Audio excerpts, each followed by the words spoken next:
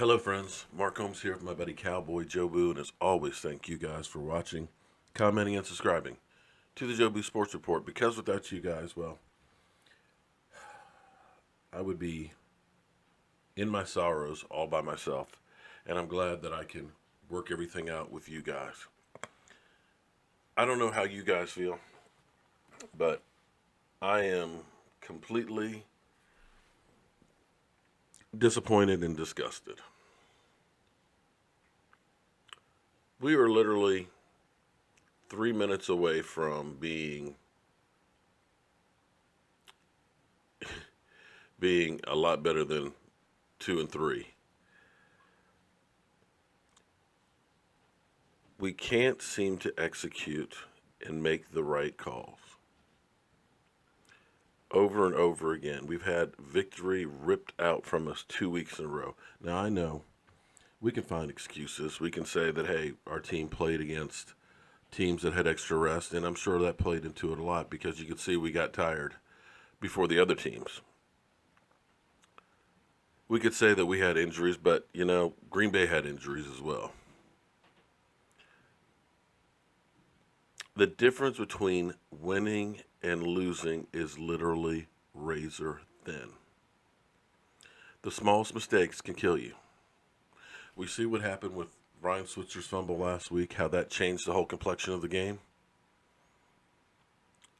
We see how Terrence Williams having a deflected pass can change the complexion of a game.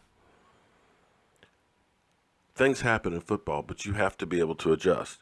And quite frankly, the Terrence Williams interception wasn't the worst thing in the world because hypothetically, let's say we had not scored and we'd punted, we would have given Aaron Rodgers, the ball with a chance to win the game without us having any time to try and go down. At least we got that. They got the turnover. They scored immediately. We had plenty of time left to go. Fortunately, about 59 seconds, too much time. Jason Garrett said last week, we're going to look at the film from the last game. You're a Princeton grad. How is it that you haven't learned that you do not leave time for Aaron Rodgers? But it is what it is. We can't change it.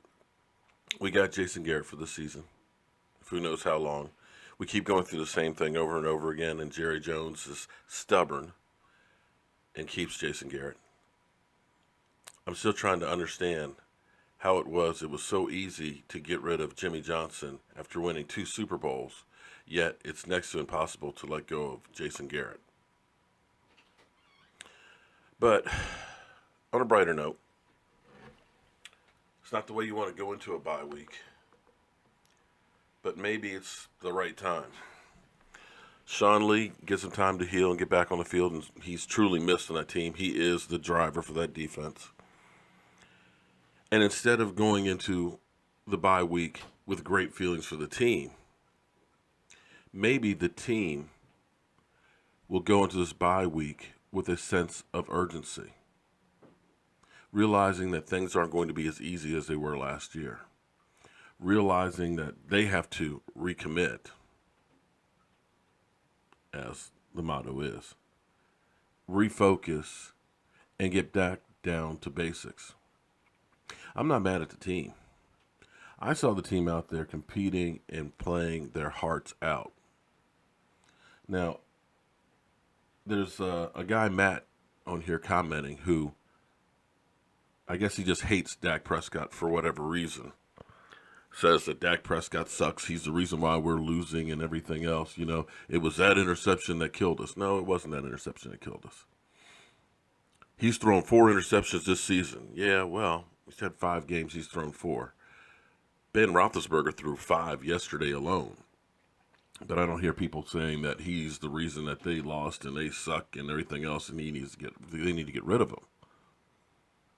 Dak Prescott left everything on the field. He threw 3 touchdown passes. He ran 1 in. And that was with the running game not working. Yeah, it came around the second half. But until that time, it was all Dak Prescott keeping us in that fight. And unfortunately, this is beginning to feel like deja vu. You know, I love studying football. I love history. And damn if this isn't beginning to feel like Tony Romo all over again, where Tony Romo got blamed for all the losses, not being able to win the big one. At what point do we finally look at Jason Garrett and realize it's not the guy? I don't know.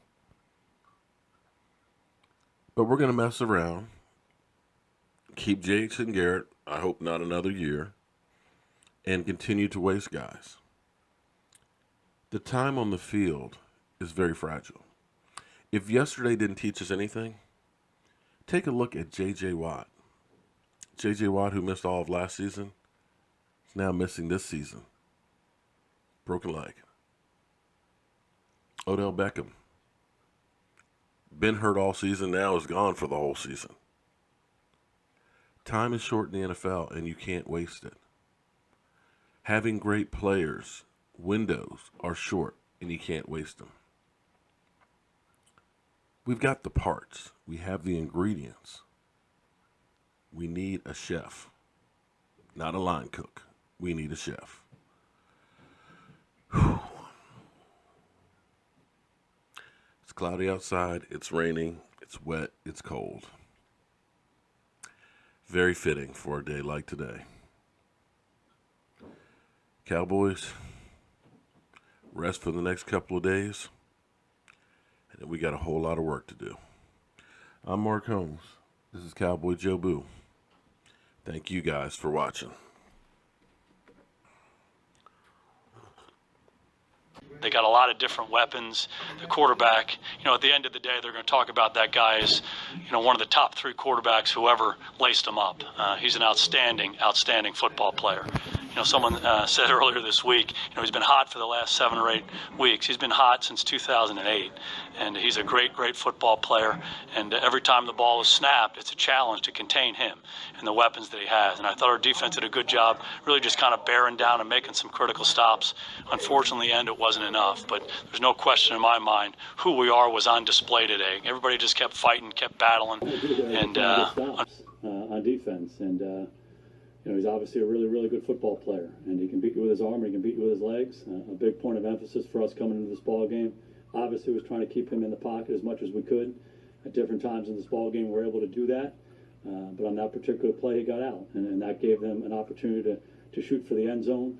Got them out of the mentality of simply kicking a field goal, and got them in that mentality of trying to score a touchdown.